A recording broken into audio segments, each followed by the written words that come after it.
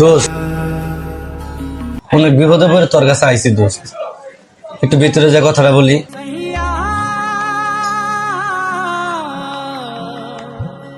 বন্ধু আমি 3 দিন ধরে বাজার করি না বন্ধু, তুই আমার কিছু টাকা ধার দে, তোর আমি 2-3 দিন পরে দিয়ে দিব।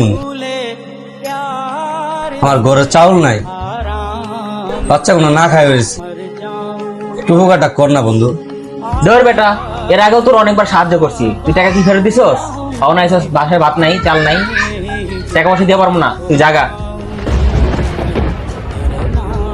আরে বেটা, আমি তোর যা সাহায্য করছি আমার ছোট ভাইরও তো এরকম সাহায্য করে নাই, তোর তো অনেক কিছু দিছি বেটা, সব ভুলে গেছিস গা? তাহলে তোকে সাহায্য করে যাবো আর আমার এই দোকানটা শেষ হয়ে যাবো গা, দিয়ে পারবো না, যা।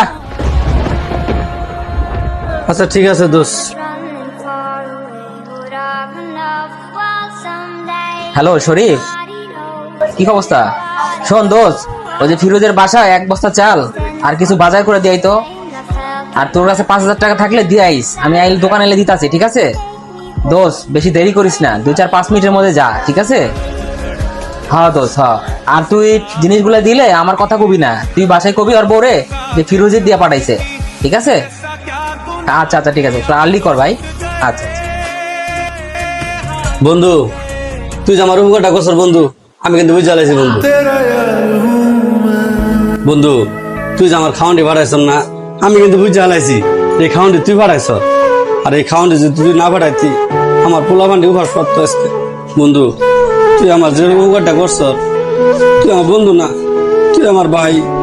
আরে না না বন্ধু, বন্ধুত্বের সম্পর্ক সবচেয়ে বড় সম্পর্ক, সবার ঊর্ধ্বে, ভাইয়ের চেয়ে ঊর্ধ্বে।